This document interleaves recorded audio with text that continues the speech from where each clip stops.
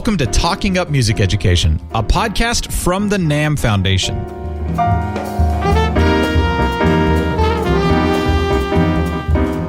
The NAMM Foundation is working to assure that all children have the opportunity to learn and grow with music, and that music is part of daily living for everyone. Talking Up Music Education podcast shares news and stories about music education from teachers, students, parents, school, and community leaders who care about music education and are working to create more opportunities for music learning. And now, here's your host, Mary Lurson. Hi, and welcome to Talking Up Music Education. Today we have a special moderator, Brada, who is our Communications Director for NAMM, interviewing Betty Heywood, NAMM's International Affairs Director, and music educator guest Ann Fennell. They'll be sharing with you some ideas about innovation in music teaching, but also update with news of a very wonderful music education conference that NAMM was honored to support in Shanghai, China in October. Enjoy the podcast. Today I'm here with Betty Heywood, NAMM's Director of International Affairs, and Ann Fennell, Music Educator and Performing Arts Department Chair at Mission Vista High School in Vista, California. Ann is also one of 25 teachers in the nation who was named a semi-finalist for the Recording Academy and Grammy Foundation's 2016 Music Educator Award. Congratulations, Ann. Thank you so much. Well, we'll get into that in a second, but first I was wondering if each of you could tell me a little bit about the role that you play at your respective organizations. Betty? Yes, I'm as Director of International Affairs. I am responsible for three specific, very distinct but interrelated segments within the association work. I work on increasing international attendance at the NAMM shows, which are, of course, the source of the majority of our income. And I am then working with stakeholders both within music instrument industry as well as in music education around the world in global industry issues. I also work on taking NAMM's cycle of benefit outside of the United States and am therefore engaged in shows both in China and in Russia. And I teach music composition, 3 levels of music composition at the high school, and also 3 levels of steel drum or steel pan ensembles. And I'm also the department chair for the performing arts. That means I coordinate and connect all the performing arts with the visual arts at our school site. I also coordinate the Festival of Arts for Vista Unified School District and the City of Vista that's held annually. now I know both of you just returned from China. I guess in October you were there in Shanghai.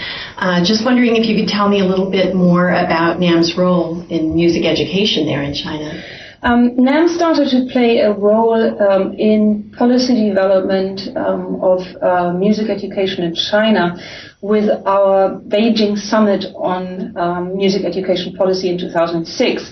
This was a government-hosted, Ministry of Education-hosted conference that took place in Beijing, and it was co-organized by the China Society of Music Education.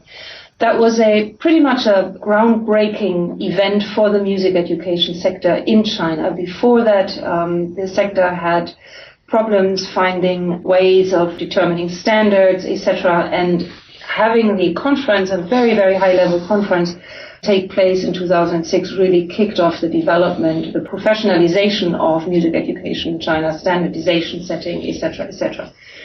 Since then, the China Society of Music Education has come a very long way, and this year's conference, which took place in Shanghai in October, as you said, was initiated in a meeting last year in October 2014, when we met, Mary Lurson and I met with the head of the China Society of Music Education, Mr. Wu Bin, and we talked about what the sector was doing, how it's developing, etc. And the three of us thought that it would be a fantastic idea to pick up where we left off in 2006 and have another event take place this year in October. So it was initiated by us, and then the China Society of Music Education organized the conference, and NAMM sponsored the conference as program partner And we brought three experts who are experts in their own fields to China as keynote speakers who also held workshops and seminars. And Anne, what was your role at the conference there in Shanghai? This was your first time. It was. What an experience it was, too. Wonderful people and a beautiful setting. I was asked to give a keynote address for the opening day, and then I also provided a workshop. So I gave the keynote address on what I believe to be the whole musician, a concept that I had been working on the last several years of my life, and then music composition and how I teach it as an academic course of study at the high school level, and provided student examples of their pieces as well as their written work. So how was your speech received? It was received very positively. It was quite an overwhelming effect actually for me afterwards, because I was deluged with many, many great questions, and they wanted pictures and more comments, and they wanted more information about my thought about how I teach and what I believe to be a whole musician, and how it's very different from even how I was taught many years ago. So it was wonderful for me to receive that type of positive response, because it made me realize I'm on the right path to what I believe should be taught in education. Wonderful. What would you say inspired you most about the conference? I have to say it was the people. They were very positive and excited about what is next for them and what the possibilities are. It really felt for me like it was an open door for them to be able to step through and say, I think I can do this, and what is possible for me next, for students and for all learners. They saw what they do, they saw what is possible, and I could feel that they wanted to kind of mitigate that gap. They wanted to close that area so that they could put in motion what is possible and next for their learners, and pedagogically for them as educators. And what were your impressions of Shanghai? Beautiful city. We were there for only several days, and we were in the conference for the first day completely, but just wonderful people, and the area we were in was actually quite new, but it was just beautiful area, very kind people, very generous in spirit, very generous in their time and wanting to connect with us. Excellent. And do you have any highlights you'd like to share, Betty? I think what Anne said there was something that I saw also, and I have been doing business in China and with Chinese, both on the education side but also in industry for many, many years. I think what you mentioned is absolutely right, is that there's a hunger and a curiosity for new information that they might otherwise not have access to. And I think that was really outstanding. And in your case, particularly, the response to maybe not best practice, but next practice, not only best practice, right, but next practice in music teaching. The response was phenomenal. I mean, I don't know whether there is a sound that you can describe of, 1,200 or 1,400 music educators and researchers and postgraduate students' jaws dropping, but that was the sound that I heard distinctly when Anne was speaking after she was finished speaking. So that definitely was a highlight. And another highlight was to see the interest of these music educators who then came on day 3 of the show to the concurrently held Music China show, where NAMM is also a partner, and the interaction of the educators with the music instrument industry. So for me, those things were really very, very impressive.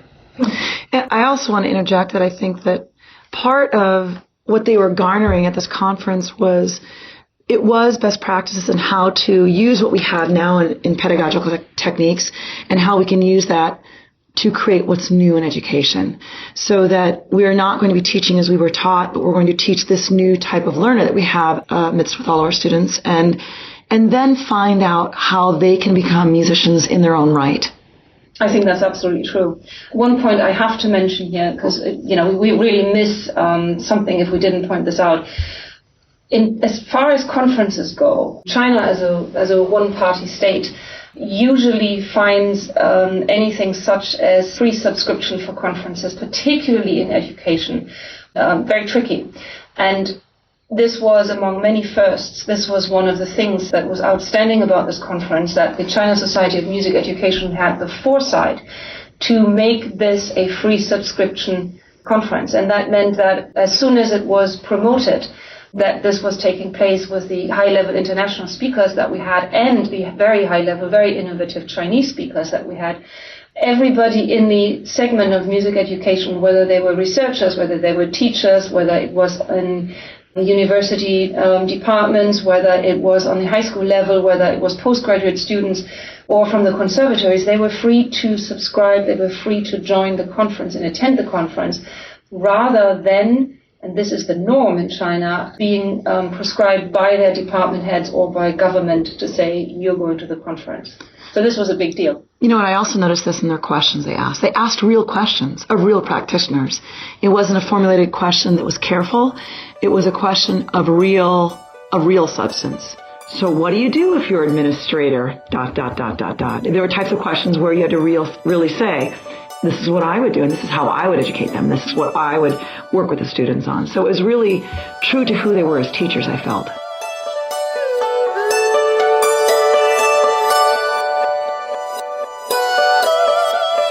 Hi, it's Mary Lurson again.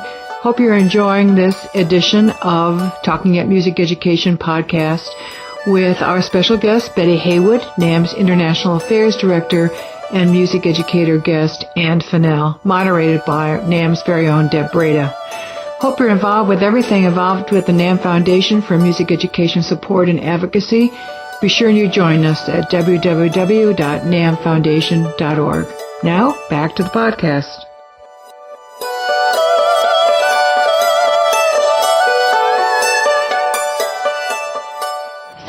Describe the state of music education today in China. It sounds like they're very hungry for this new knowledge or new approaches. I felt that they were very hungry and very positive. I did hear conversations of being bound by testing, by an old model of testing that might not prescribe education in music for all students, but that they're realizing that that's a large gap of a cultural education that can transform society. And they're beginning to see that because they realize that all students should have music. All students should be able to express themselves this way. So they're seeing what is possible, what is available in other countries, and what might be their next transition. I felt they were very positive, absolutely positive about what was next, but they also saw that this is the transition phase for them of what is next. I completely agree, and I think we're still seeing this in many school districts in the US or in countries or counties in Europe, that the emphasis on testing and on advancing to the next grade level and so on is very strong. And then, of course, we're seeing the fact that also here, the obviously talented are being supported more strongly than the children who are not. But this goes, what you just said, goes along NAMM's mission, and that is that we need to ensure that the children who are not obviously talented, who are not going to become the next music superstar, virtuoso, violin player or singer, are also involved in making music and are getting the same equal democratic access to that. You know, and really, it's easy to teach the talented student because you almost don't have to teach them. You guide them, right? So pedagogically, when we're looking at students and how we can support their learning, it requires a teacher to teach all students, to really understand that concept. And I think that's what I could see them thinking about was, I can reach all students if we were teaching in this manner or whatnot. So it's a whole different mindset about education. Yes, and this freer mindset is something that I think they find very liberating, and hence the picture that I try to draw here by saying a lot of people's jaws dropped, because to hear this so specifically and so clearly and so honestly presented, I think was a watershed moment. Right. So we're very, very curious on what the repercussions are of this conference going forward in China. So how do you think we can advance collaborations with our music education counterparts then in China moving forward? You know, I think at the national level of the United States it would be fantastic if we could have like a partner country. Wouldn't that be fabulous? If we could find partner teachers and collaborate on and work in sharing lessons and ideas and how our system or our structure works here. I mean, we're not out to change an entire educational system, but definitely sharing ideas and how we work with kindergarten through 12th grade students in the U.S. That would be fantastic. Well, and you are chair-elect for the Innovations Council at the National Association for Music Education, so that'll be up to you. You're on it. Good. Excellent. Yeah, that would be great. We were just talking about, today we had a meeting, a conference call, and we were discussing how we would like to move our Innovations Council and have meetings with the Composition Council. So if we can get those two councils in the United States to connect, it would be fantastic then to bridge it to another country. That would be super. And we know that the Chinese would be extremely interested to further that relationship. So, Betty, how do you think that NAMM and the music industry as a whole can continue to foster the growth of music education internationally?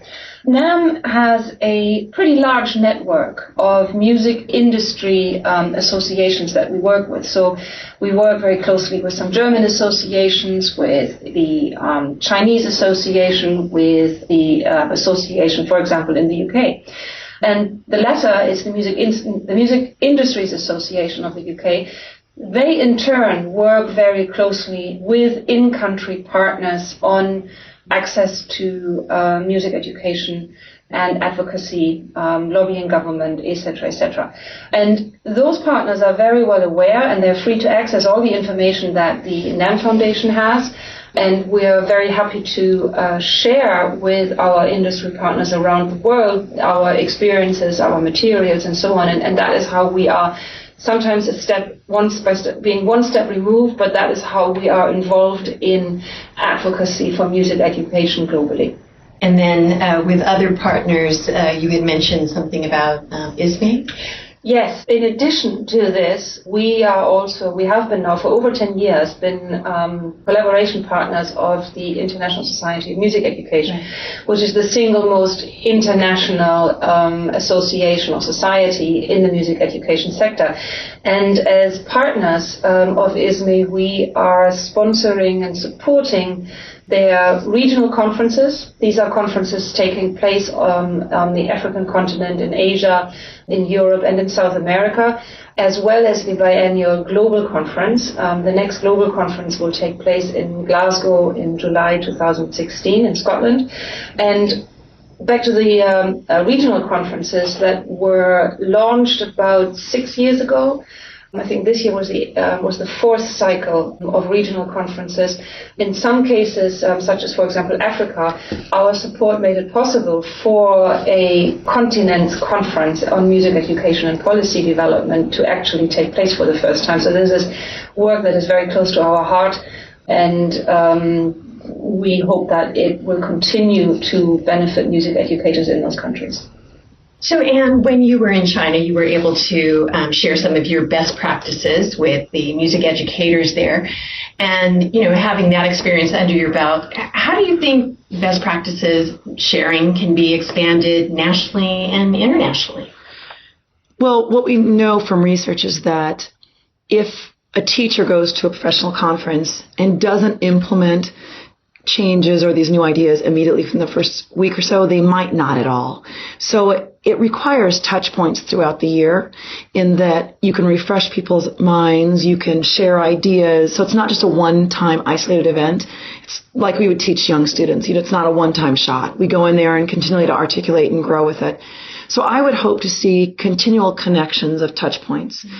I think across, even in the United States, I really believe that if we're going to make a flux of innovation and a change to what is best for students, it's got to start at the university level. Because we need to have music educators that are studying music education start to look at all the possibilities of how we're going to teach music to young people. And it's going to have to come through university classrooms. So I do believe there was a great connection in Shanghai with university level students, and the university sponsoring much of what we did. They're the ones who are going to make the change because they're putting the next generation of educators out into the real world. And that's going to have to come pedagogically, class-wise, so the class course selection changed at the university as well. So it's the university that has to adapt it and then implement it through their teacher training. Yes, because you were looking at generations of teachers who have taught only one way and teach only one thing. And that's about a 25-year process, and it's really tough to change people once they're in their ways. So spread it wide, cast the net wide, and really start with education at the university level. And I know you do a lot of kind of innovative things in your style of teaching music education, a lot of which you shared at the conference. Can you explain a little bit about what it is that you do that is kind of outside the box? I would love to. It was such a pleasure to talk there because I finally got to address on a very large scale what I believe to be extremely important education. And that is that we should be teaching to create a whole musician versus a performance-only person, especially in general education K-12. Because as I was taught black note, white paper, raise your flute when the conductor comes in, play, cut off, and you don't contribute other than you play this code, basically. And I have always believed that all of my teaching should fall under a larger umbrella. It should be, I want my students to be lifelong musicians. So if that is my end result, I have to dial everything I do towards that. So it's really designing backwards, as we know in education. That would be, if I want a lifelong musician, what am I going to teach them? Well, then I want my students to be able to read and write music, read and write about music, present, discuss, respond, share ideas, so that even in a performance ensemble or in my music composition classes, students are always engaging at multiple levels, so that I know that when they graduate high school, I know they not only have the vocabulary, but they have the desire to be a patron of, or they have the desire to play music, and they can engage at any of those levels because I've taught them to have that cultural learning. And it's very different how I was even taught.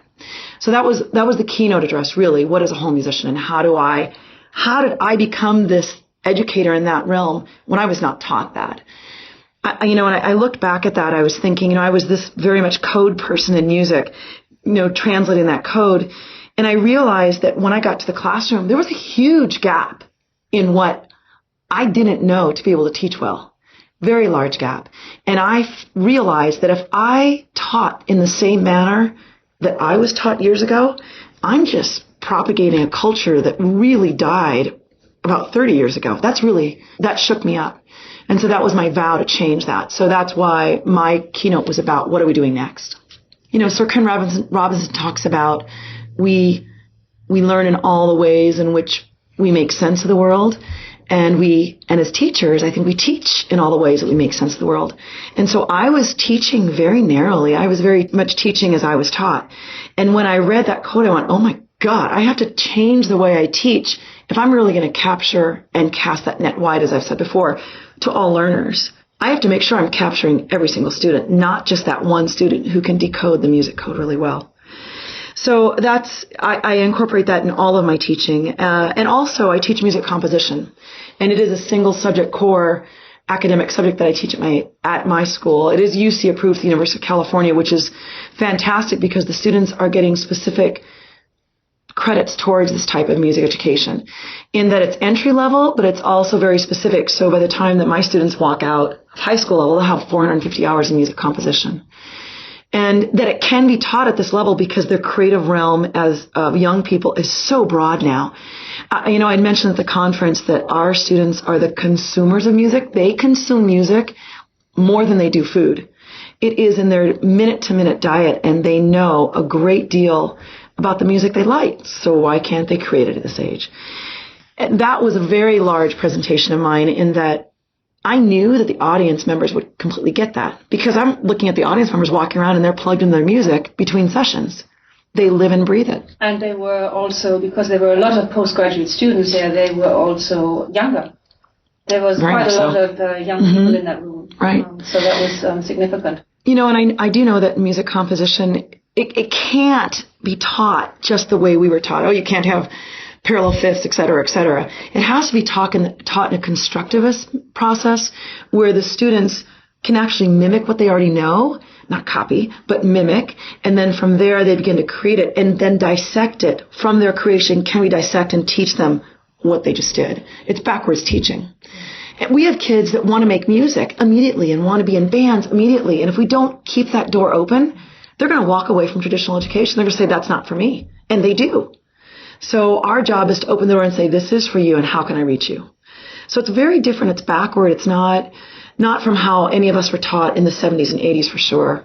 Well, it's also because we learned very, very differently. And it has to keep up. What you do in the classroom has to keep up with how students now learn. Right. It's immersion. And absolutely immersion. Attention spans are so much shorter now. Yes. So we want to engage them faster because they have this immediacy effect with technology where they want things immediately. And with technology, we can actually create that immediacy for them. And then we teach them to love it more and deeper, and they get to know it. And then what I found is that the students, through composition, end up playing instruments that they never thought they would. And multiple instruments, not just one. But they're looking at a plethora of ways to make music. It's fascinating. So what have the student outcomes been since you switched the way that you were teaching? What has it been like? How has it been received by your students? The ownership is tenfold. I might have, of 120 students in my performance ensembles, I might have one who might not own it. Because he's gotten the class, goes, oh my gosh, maybe music's not for me, but I'll find a way in for him eventually. But ownership is huge because it's really about creating a great deal of ownership versus play the note on the paper from the beginning to the end. And it's also, and this has happened not only in my performance ensembles, but also in my composition classes. In the performance ensembles, all of my students do the arranging, they do the creating, they create the form, they merge pieces together, we have great dialogues. They have ownership. They know what they're playing great into great detail. Same thing with composition. It is a great deal that they own this work. So they walk out knowing that I just didn't pour this into them, but they created it. So they come back and say, hey, do you remember that piece that I made? Or do you remember this when we created this ensemble and we combined these two pieces to make this one for a 10-minute piece where we did improvisation? I mean, they know this stuff like the back of their hands. And it basically finds me in a position of being the facilitator of their greatest possible learning. So basically, I'm not asking the student to come to my program. I'm asking my programs to go to the students. So it's really reverse. I don't want them to find a space in my ensemble. I want the ensemble to find the student. It's backwards thinking, and in so doing, it shifted how much they care. So do you think this serves as an example of what other music educators can bring into their classroom? What would you tell them about, kind of following this new way of thinking? And I think a lot of educators are shifting this way, where they're looking at, they are no longer the sage on the stage. They're no longer following or making the baton the final say, but they're asking for collaboration. Our new music standards are asking for this. They're asking for that collaborative aspect so that we're facilitating their learning versus just being didactic and just teaching to the performance only. I always chuckle when a music teacher will say, oh, well, at least we don't have testing. We don't teach to the test. And I think, absolutely you do. You're teaching to your concert. Absolutely they are. It might not look like on paper and pencil, but they have an end goal in mind, and they're going to maybe leave by the wayside many things that should be taught by only teaching to that one concert. I think we're seeing great shifts. I know there are professors in different universities that are working with their students to create that collaborative aspect. And they're teaching their ensemble that way, and they're teaching their coursework that way. I think we know too much about the brain to teach as we were taught 30 years ago. We know that to engage a learner, it's got to be the whole learner in multiple sensory aspects. It can't just be one way anymore.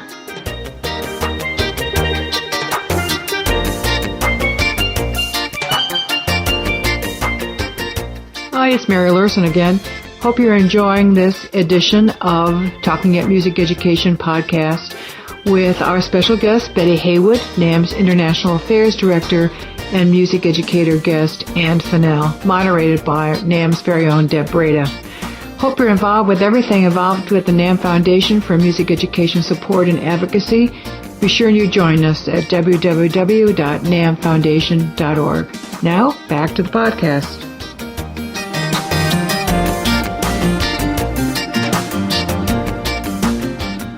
So tell me what you see in the next 6 months. What are you looking forward to?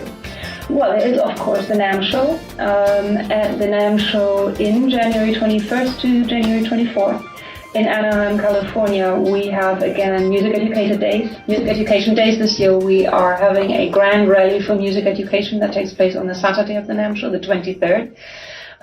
We have a gathering of many thousands of music educators coming to the show. We want them to come and see the show, to see the new products that are there, to start talking to industry, to help industry understand what the music educator needs and wants in the classroom. We also have, as I said before, the ISME Global Conference coming up. There are other industry shows around the world. such as in Amsterdam and in Frankfurt that I will be attending. And we're going to be, or I personally am going to be spreading the message of access to music education for every child wherever I go. And Anne, where do you see yourself in the next 6 months? Well, I just came off the National Orff-Schulwerk Conference, and I presented a session on creativity and composition there. And my students performed. We gave a demo lesson also on the history of the steel pan. That was fascinating and a blast. What an audience they were. And I will attend NAMM Music Education Days. That's such a growth opportunity for me. I always love walking through that show and learning what's happening next and connecting with the music products industry. I think that's very important for what we do so that we don't stay stagnant. We're always moving forward. In February, I'm presenting at Texas Music Educators Association Conference in San Antonio, and I'll be presenting for the Technology and Music Education Conference that runs concurrently with that. And I have numerous workshops scheduled throughout the United States, as I usually do every year, that I'll go and teach other teachers the way that I work with the students, or in composition, or through Orff-Schulwerk as well. Because I also have an Orff-Schulwerk background, and I think, quite honestly, I really think that has helped me become the teacher that I am today, because it's really asking the students to be the constructivist learner of all of their knowledge, and that's a different process. And of course, you'll be chair of the Innovations Council. That's right. Yes, thank you. And right now, I'm a council member, and so we meet monthly, and we have meetings about what is happening next, innovations in music education, and surveying people and understanding what their needs are. What do music educators really want and see happening next? And so then I'll be chairing that in 2016, and so I'll be in Washington, D.C. end of June with NAFME. Very busy. When will you find out about the 2016 Music Educator Award? Oh my gosh, for the Grammy Music Educator Award, it will not be until December, but I'm hoping, big hopes. Very positive. Class. Yes, thank you. So moving forward, what you were just saying about the NAMM show and the Music Education Days, how do you see music educators and the industry working together in other contexts?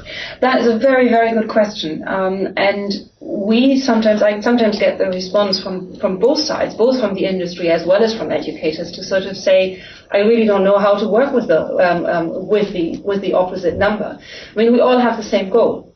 We want to create lifelong players of instruments, or lifelong singers, or lifelong composers, or lifelong conductors. We want to have more engagement over the lifespan of people with active music making. And at the NAMM show, but throughout the year, I think it is very important that both sectors look at each other and say, what is the next thing that we need to do? Because we all know that a traditional instrument is excellent for a lot of music programs and gets a lot of kids interested in playing, whether it is marching band, or whether it is a symphonic orchestra, or whether it is a choir. But there are plenty of other things out there, such as in technology, that both sectors can explore more of, to see how does that engage more people in playing, and how does it maybe keep them playing. Right. I was thinking that I love the fact that NAMM has the Music Education Days, and I think it's so fantastic that the doors are beginning to open up so that the music educators can actually connect with that music products industry in and of itself. And I think that if we can provide touch points throughout the year, that's not just a one-shot deal, so that people really feel like, okay, now I can do this. Now here's my local music store, and now I know I can connect with the industry in this way, so that we are always thinking in that larger picture and not just one opportunity to go to the NAMM show. We need to, in some way, figure out how can we connect throughout the year to really stay in contact and communication through blogs or something to that effect. And I think it's important that the approach to this comes from both sides, because it's the music products industry, the instrument makers, or the people who design software, or who come up with new technology. They need the educator's input, because the educator knows best what can be used and what might prove problematic. And I think only in collaboration can we come up with new ways of achieving our goals. And it's funny because I oftentimes think that they might be hesitant because they don't even know that the industry might be out there waiting for that. So the fact that NAMM opens the door for this to even have that beginning conversation is so valuable. And I think that once both sides realize that there is that opportunity there. I know that NAMM we just want to get the music teachers out there and go, hey, here we are, and what can we do for you next? I'm afraid that music teachers are going to go there, oh, I want this and this donated. That's not it. It's about really connecting product to the right learner at the right time. Mm-hmm. And then what are we going to do pedagogically and how you teach to make sure that product is right for your students. To make sure that product is right for the students, and that creates a lifelong wish to keep playing. Exactly. Lifelong music maker. Yeah. Well, thank you both so much for joining us today, and thank you for all you do for music education around the world. Hi, it's Mary Lurson again, thanking our guest moderator, Deb Brada, and guests Betty Heywood and Ann Fennell for being on this edition of Talking Up Music Education. Please check in at NAMM Foundation website, www.nammfoundation.org, for news and updates about the upcoming NAMM show in Anaheim, California at the end of January, and other ways that you can keep music education strong in your community. Thank you for joining us for this edition of Talking Up Music Education. Spread the word about our podcast and be part of our community to keep music education strong. Thank you.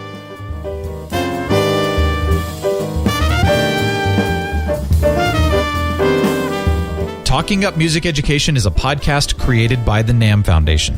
To learn more about how you can support music education in your community or how you can be part of the work of the NAMM Foundation, visit our website, www.nammfoundation.org, or join us on Facebook at facebook.com/NAMM Foundation. You can also follow Mary on Twitter at MaryLNAMM.